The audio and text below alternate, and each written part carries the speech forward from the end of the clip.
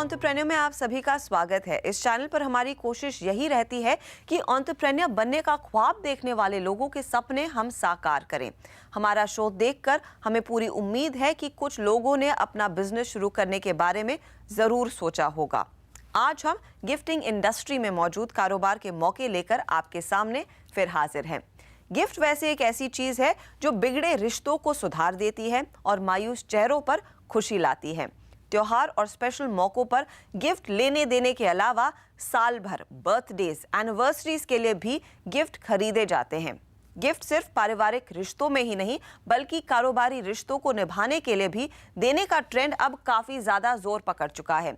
इसीलिए भारत में corporate gifting का मार्केट भी काफी बड़ा है। आज सबसे पहले हम नजर डालेंगे पर्सनल गिफ्ट सेगमेंट के लिए ऑनलाइन स्टोर गिफ्टिंग नेशन पर। श्रीनिवास और श्वेता ये दो ऐसे बिजनेस पार्टनर्स हैं जिन्होंने अपने कारोबार की शुरुआत महज 6 महीने पहले की है और अब इनका वेंचर गिफ्टिंग नेशन बंगलुरु में अपनी अलग पहचान बना चुका है। हैदराबाद से MBA करने के बाद श्रीनिवास ने बिजनेस, सेल्स और मार्केटिंग के क्षेत्र में 3 साल का अनुभव लिया और इनकी मुलाकात हुई श्वेता से। श्वेता को टेक्नोलॉजी, प्रोडक्ट और पार्टनरशिप जैसे एरियाज में 6 साल का अनुभव है। KMPG, महिंद्रा सत्यम जैसी कंपनियों में काम कर चुकी श्वेता और श्रीनिवास ने अपनी अपनी फील्ड के अनुभव से गिफ्टिंग नेशन की शुरुआत की। हम US में थे और ये डिफ़िकल्टी हुआ था, वहाँ पे हमारे बहन रहती है US में। मुझे कुछ लेके जाना था बहन को, तो क्या लेके जाना था वहाँ पे हम स्टक हो गए थे कि क्या लेना है, बहुत कन्फ्यूजन था। तो वहाँ से स्टार्ट हुआ है कि ऐसे बहुत सारे लोगों को यही नीड होगा कि तोहफ़ा क्या देना है। वहाँ पे काफ़ी बड़ा प्रॉब्लम एरिया था। तो वहाँ से हमने स्टार्ट किया, लोगों को पूछने लगे कि आपको भी ये प्रॉब्लम होता है क्या। लोग बोलने लगे कि हाँ हमें भी बहुत प्रॉब्लम होता है, मुझे पता है कि कुछ तो देना है लोगों को, क्या देना है। वहाँ पे हम सोचने लगे कि कुछ एक अच्छा डिस्कवरी प्लेटफॉर्म हम गिफ्टिंग के लिए लॉन्च किए तो ऑनलाइन के लिए काफ़ी अच्छा होगा। भारत की गिफ्टिंग इंडस्ट्री 30 से 40 हजार करोड़ की है और इसमें कारोबार के कई सारे विकल्प मौजूद है। इस अनऑर्गेनाइज्ड क्षेत्र में 30 से 60% रिटर्न ऑन इन्वेस्टमेंट कमाया जा सकता है। इस मोटे नफे वाले क्षेत्र में कारोबार के 4 प्रमुख रास्ते नए एंटरप्रेन्योर्स के लिए खुले हैं: gift articles, gift packaging, gift delivery और पर्सनलाइज्ड गिफ्ट। इस कारोबार में मौजूद अपॉर्चुनिटी को कैश करने के लिए गिफ्टिंग नेशन ने अपना अलग बिजनेस मॉडल बनाया। कंज्यूमर की जरूरत को समझते हुए बिजनेस में इनोवेशन की अहमियत भी श्वेता और श्रीनिवास ने खूब जान ली। एक तो है बड़ा डिस्कवरी वाला जो हम एड्रेस कर रहे हैं, डिस्कवरी एरिया। डिस्कवरी का मतलब क्या तोहफा दें लोगों को, क्या गिफ्ट दें।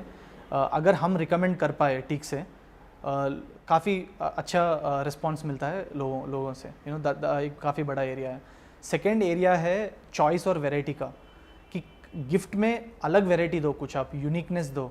तो अगर चॉइस एंड वैरायटी अगर और एक एरिया है जो काफ़ी बड़ा ग्रोथ फैक्टर है हमारे लिए।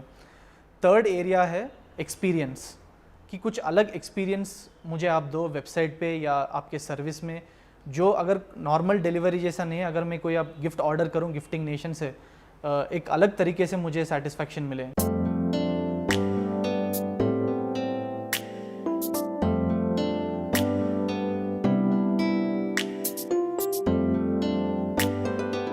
Gifting nation online gift store है जहां greeting cards, mugs, stuff toys, photo frames, chocolates, flowers, birthday cakes जैसे फेवरेट गिफ्ट आइटम्स तो है ही, साथ ही कलेक्टेबल्स में कार्स, बाइक्स, पोस्टर्स जैसे यूथ को पसंद आने वाले गिफ्ट आइटम्स भी है।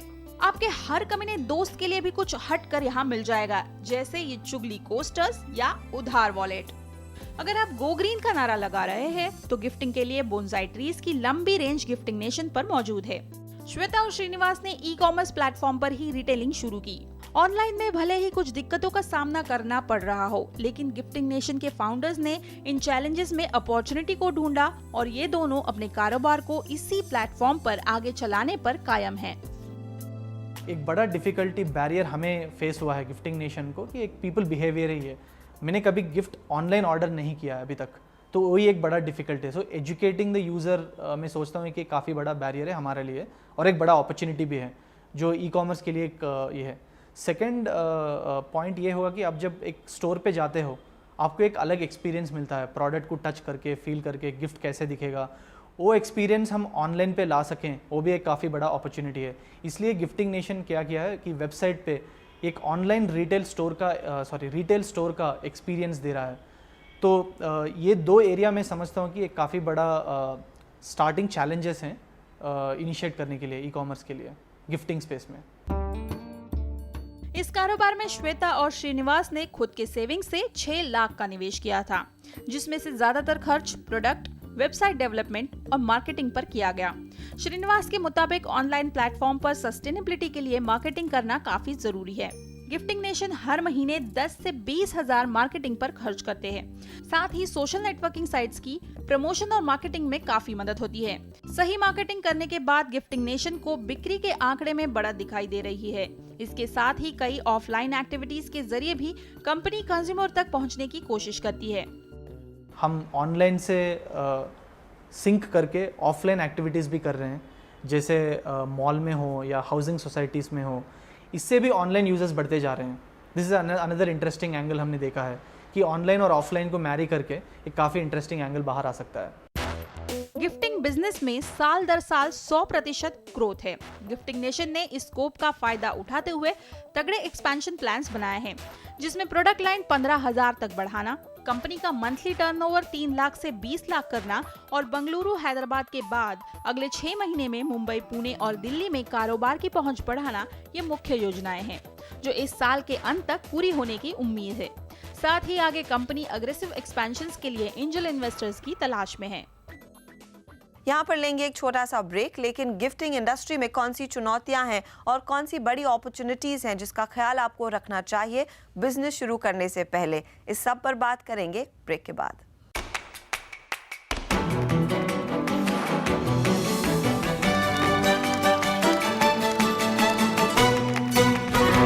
आवाज एंटरप्रेन्योर पर आज हम बात कर रहे हैं भारत में ऑनलाइन गिफ्टिंग बिजनेस की। ब्रेक से पहले हमने देखा कैसे श्रीनिवास और श्वेता ने गिफ्टिंग नेशन को 6 महीने में ही एक ब्रांड बनाया है। तो क्या चीजें हैं जो इस बिजनेस को बना और बिगाड़ सकती है, कैसे इस कारोबार को आप शुरू करें, कैसे इसे फैलाएं और यहाँ पर क्या वो खास मुद्दे हैं जिस पर आपकी नजर होनी चाहिए इस बिजनेस को सेटअप करते वक्त। हमारे साथ हैं विश पेरी की अंशुलिका दुबे, जो आपको बताएंगी ये बिजनेस को कैसे शुरू किया जाए और कैसे फैलाया जाए। आपको बता दें, विश पेरी इनिशियली एक गिफ्ट रजिस्ट्री के तौर पर लॉन्च हुई, लेकिन आज ये भारत की प्रमुख क्राउड फंडिंग साइट है। अंशुलिका, स्वागत है आपका CNBC आवाज पर। सबसे पहले विश पेरी, क्योंकि ये गिफ्ट रजिस्ट्री के तौर पर शुरू हुई थी 2009-10 में, क्या पोटेंशियल आपने देखा था प्राइमरीली गिफ्टिंग जैसे कॉन्सेप्ट को ऑनलाइन ले जाने का? हम काफ़ी अपने पर्सनल फ्रेंड्स की शादियां देखते थे कि उनको जो गिफ्ट्स मिल रहे हैं वो एक्चुअली चाहते नहीं थे।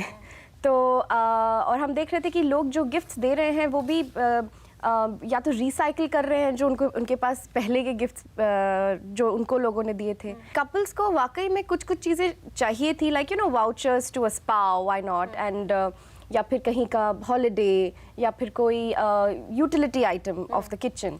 अगर कपल्स का मांगना गिफ्ट का इजी बना दिया जाए ऑनलाइन के माध्यम से, सो ये सब हम ऑनलाइन भी कर सकते हैं। आपके पास एक गेस्ट लिस्ट होती है, आप उसको उन गेस्ट्स को भेज सकते हैं अपना प्रोफाइल हमारे wishperry.in पे, और वहाँ पे प्रोडक्ट्स होते हैं जिनको आप कह सकते हैं कि मुझे ये चाहिए अपने शादी के लिए, एंड पीपल कैन ये वैसे काफी इंटरनेशनल कॉन्सेप्ट है। तो भारत में किस तरह का रिस्पांस दिखा? भारत में मेट्रोज में और हाई इनकम ग्रुप्स में काफ़ी अच्छा रिस्पांस था। इन ग्रुप्स में भी काफ़ी डिवाइडेड सेक्ट्स थे, जिसमें कुछ लोगों को मांगने में गिफ्ट काफ़ी हेजिटेशन होती थी, कुछ लोग वर फाइन विद इट। तो एक ये स्केलेबल मॉडल नहीं था कि ये हर जगह फैल जाएगा, और Tier 3, Tier 2 सिटीज़ में तो बिल्कुल भी नहीं, जहाँ पे गिफ्ट जहाँ पे ये कहते हैं कि आप आ जाइए शादी में लेकिन कुछ मत लगेगा, आप आइए वही काफ़ी है। तो ये गिफ्टिंग कल्चर तो है लेकिन आस्किंग कल्चर नहीं है।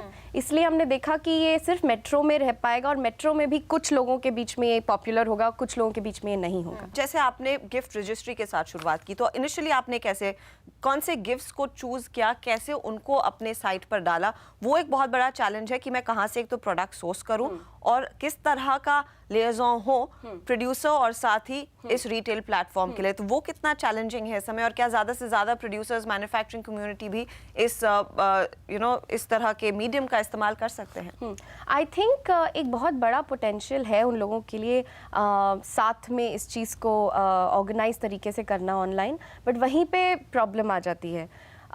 जो होम डेकोर स्टोर्स हैं, जो किचन आइटम स्टोर्स हैं, जहाँ से लोग खरीदना चाहते हैं और गिफ्ट करना चाहते हैं, उन लोगों के पास अपडेटेड ऑनलाइन कैटलॉग्स नहीं होते थे ज़्यादातर। तो वहाँ पे एक फिर प्रॉब्लम आ जाती थी कि हम कैसे दिखाएं लोगों को कि आप क्या क्या चूज़ कर सकते हैं। सोर्सिंग को यहाँ पर कितना और ईज किया जा सकता है? आपके क्या इनपुट्स होंगे अपने एक्सपीरियंस को लेकर? हर ऑर्गेनाइजेशन जो मैन्युफैक्चर करते हैं, ऑल द प्रोड्यूसर्स, चाहे वो होम डेकोर चीज़ें हो या फिर लग्जरी ब्रांड्स हो, they should first of all एक अपना जो सेलिंग उनका मीडियम है वो शायद उनको ऑनलाइन कर देना चाहिए। शायद उनको खुद के वेबसाइट्स बनाने चाहिए जहाँ पे उनके कैटलॉग्स हैं, ताकि अगर एक गिफ्टिंग वेबसाइट है जिसके पास ऑनलाइन कैटलॉग्स उनकी वेबसाइट पे नहीं है, तो at least it can click to that website. तो एक सबसे बड़ा तो ये है कि सबको टेक्नोलॉजिकली साउंड होना पड़ेगा, सबको ऑनलाइन होना पड़ेगा। और आजकल तो फेसबुक भी एक तरीके से प्रोफाइल क्रिएशन स्पेस बन गया है। और दूसरा ये है कि हाँ, in totality this gifting culture needs to grow a lot. जी, साथ ही क्योंकि गिफ्ट रजिस्ट्री से आप लोग अब एक क्राउड फंडिंग साइट बन गए हैं, तो वो ट्रांजिशन कैसे आया और क्यों आपको लगा कि इस बिजनेस को अब एक अलग नज़रिए से देखा जाए? ये बहुत ही इंटरेस्टिंग बात थी। 2010 में हमारे पास कुछ NGOs आए जिन्होंने कहा कि आपका इंटरफेस वेबसाइट का, जब आप प्रोफाइल बना के लगाते हैं किसी प्रोजेक्ट की विच वाज अ वेडिंग, हमें आपके इंटरफेस बहुत अच्छा लगता है और हम चाहते हैं कि हम वो यूज़ करें हमारे रनर्स के लिए फॉर अ मैराथन, जिसमें वो फंड्स रेज कर पाएँ अपने लोगों से, हमारे NGO के लिए। तो एक पोटेंशियल तो ये लगा कि लोगों को शायद चैरिटी के लिए मनी रेज करने में कोई प्रॉब्लम नहीं है। फिर हमारे पास काफ़ी कपल्स भी आए जो वेडिंग्स जिनकी हो रही थी, और उन्होंने कहा कि हम चाहते हैं अपने गेस्ट को बोलना कि आप हमें गिफ्ट ना दीजिए, लेकिन आप हम इस चैरिटी को सपोर्ट करते हैं, हम एक चैरिटी गिफ्ट रजिस्ट्री आपकी वेबसाइट पे बनाना चाहते हैं, तो people can just put in money and आप मनी चैरिटी को दे दें। तो हमने ये देखा कि टेंजिबल आइटम्स को मांगने में शायद उनको हेजिटेशन होती है, लेकिन फंड्स रेज करने में चैरिटी के लिए बिल्कुल हेजिटेशन नहीं होती है। और ये आप सिर्फ चैरिटी पर लिमिटेड नहीं है, आप दूसरे इनिशिएटिव्स के लिए भी फंड्स रेज करते हैं। तो अब हमने जब चैरिटी में देखा तो हमने सोचा कि एक कोई इंडिविजुअल जब कुछ करना चाहता है, या वो सोशल हो या क्रिएटिव हो, म्यूजिक हो, फैशन हो, किसी भी मूवीज़ जॉनरा में हो, जिसमें उसको अपने वेंचर के लिए कुछ फंड्स रेज करने हैं और फंड्स की वजह से उनका काम नहीं हो पा रहा है, तो ये एक क्राउड फंडिंग का कल्चर क्रिएट हो सकता है, जिसमें विशबेरी पे लोग अपनी प्रोजेक्ट प्रोफाइल बनाएं और ये प्रोजेक्ट प्रोफाइल अपने फेसबुक पे ऑनलाइन कम्युनिटीज़ में स्प्रेड करें, और अगर उन लोगों को पसंद आएगा उनका काम, तो वो पैसे भी डाल सकते हैं। फाइनली आप यही कह रही है कि शुरुआत आपकी भले ही एक सिंपल गिफ्टिंग साइट या फिर सिंपल आइडिया से हो, लेकिन उसको एक अलग लेवल पर एक कम्प्लीटली डिफरेंट ट्विस्ट देने के पूरे चांसेस हैं इस बिजनेस में। बिल्कुल। ऑलराइट, शुक्रिया अंशुलिका हमारे लिए समय निकालने के लिए और ये सारी जानकारी हमारे दर्शकों के साथ शेयर करने के लिए। इसी के साथ हम लेंगे एक छोटा सा ब्रेक, लेकिन आप बने रहिए CNBC आवाज के साथ, जल्द लौटेंगे।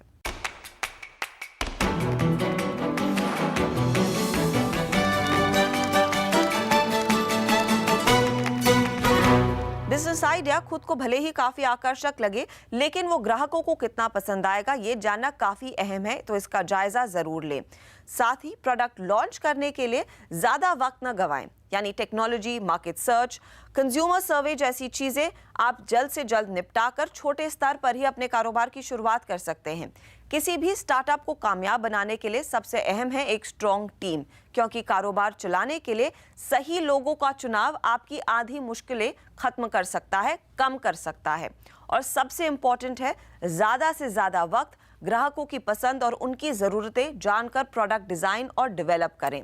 अब वक्त हो रहा है एक छोटे से ब्रेक का, लेकिन आगे गिफ्टिंग इंडस्ट्री को लेकर यहाँ पर कौन सी चुनौतियाँ हैं, कैसे इस बिजनेस की आप शुरुआत कर सकते हैं, ये सारे टिप्स आपको देंगे।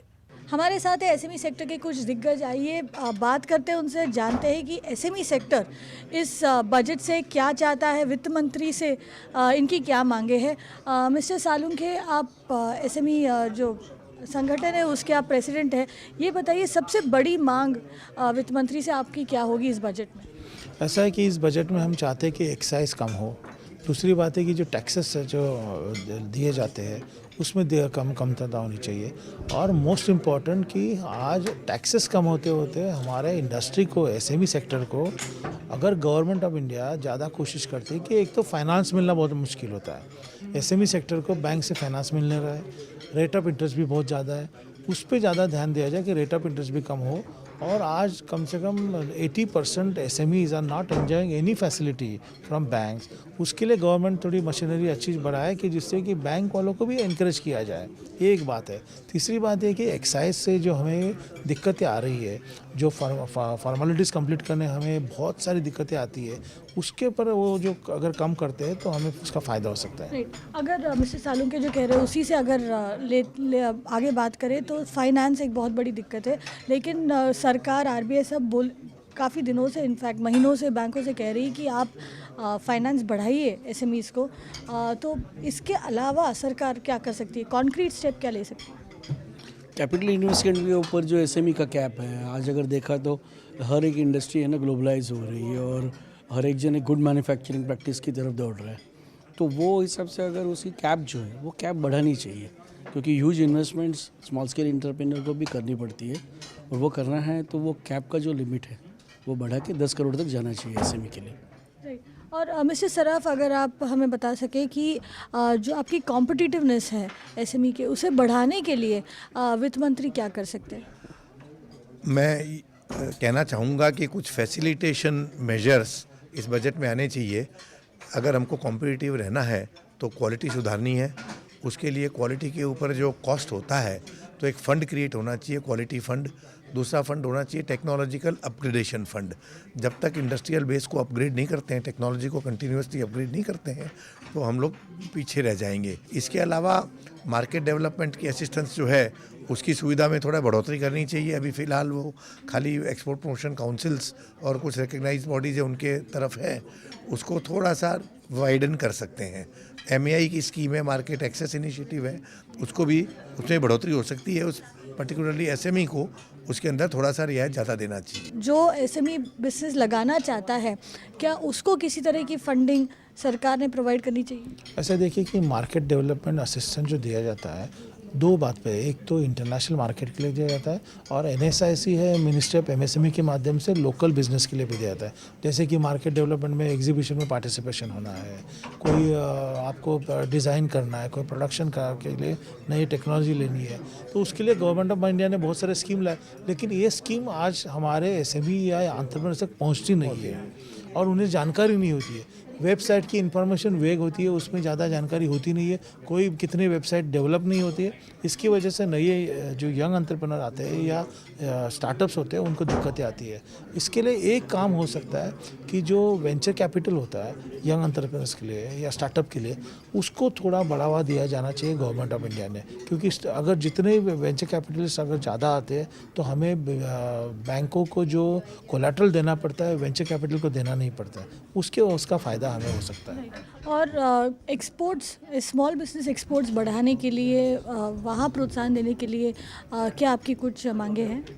जैसे सराफ जी ने बताया कि MAI और MDA की जो स्कीम है उसमें इंक्रीज़ होनी चाहिए और स्मॉल स्केल एंटरप्रेन्योर को मैक्सिमम उसका बेनिफिट मिलना चाहिए।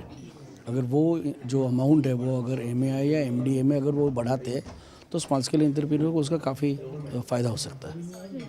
और अब बात करते हैं जो दो बड़ी समस्याएं हैं कोई भी SME के सामने, एक तो है पावर और दूसरा है वाटर सप्लाई। इसको लेकर क्या दिक्कतें हैं आपकी, और जो राज्य सरकार को वगैरह किसी तरह की मदद मिल सकती है क्या? केंद्र सरकार से क्या मदद मिल सकती है? ऐसा देखिए कि भारत देश में सिर्फ गुजरात छोड़ने के बाद सभी राज्यों में हमारे पावर की दिक्कतें हैं। पावर रेट बढ़ रहे हैं, पावर कंपनी रेट नहीं बढ़ा रहे, लेकिन government of each state is increasing duty, और वो ड्यूटी बढ़ाने से क्या हो रहा है कि पावर का रेट बढ़ रहा है। पावर सेंट्रल गवर्नमेंट ने ओपन एक्सेस अलाउ कर रखा है, लेकिन महाराष्ट्र ने अभी उसको इम्प्लीमेंट नहीं किया है, तो उसका इम्प्लीमेंटेशन कर देना चाहिए। जो भी पावर के रेट हैं, ठीक है ना, रहने दो ना, रेट जो है वो है, पर अगर ओपन एक्सेस होता है तो हम जो अफोर्डेबल रेट मिलेगा उससे लेंगे पावर। दूसरी बात जो हमारा कहना ये है कि जो फार्मर्स को फ्री पावर जो दिया जाता है कृषि को, वो इंडस्ट्री से क्यों ले रहे हैं? उसको आप स्टेट बजट के थ्रू दीजिए ना। स्टेट में बजट में जैसे नरेगा की स्कीम है और सोशल स्कीम्स हैं, उसको सोशल स्कीम में डालिए। वो एक पॉलिटिकल डिसीजन है कि हमको किसानों की मदद करनी है, हमको रूरल सेक्टर की मदद करनी है, तो आप फिर वो बजट के थ्रू करिए। इंडस्ट्री को बर्डन करने में तो कोई मतलब ही नहीं निकला ना, वो भी सिलेक्टिवली आप कर रहे हैं। इसी के साथ आज के लिए बस इतना ही। आपको हमारा शो उम्मीद है पसंद आया होगा। आपका जो भी फीडबैक है वो हमारे फेसबुक पेज पर आप हमें भेज सकते हैं। कोई सवाल भी है जो आपके बिजनेस से जुड़ा हुआ है, वो भी यहाँ पर पोस्ट करें, हम पूरी कोशिश करेंगे उसे सुलझाने की। अगले हफ्ते आपसे फिर मुलाकात होगी। नमस्कार।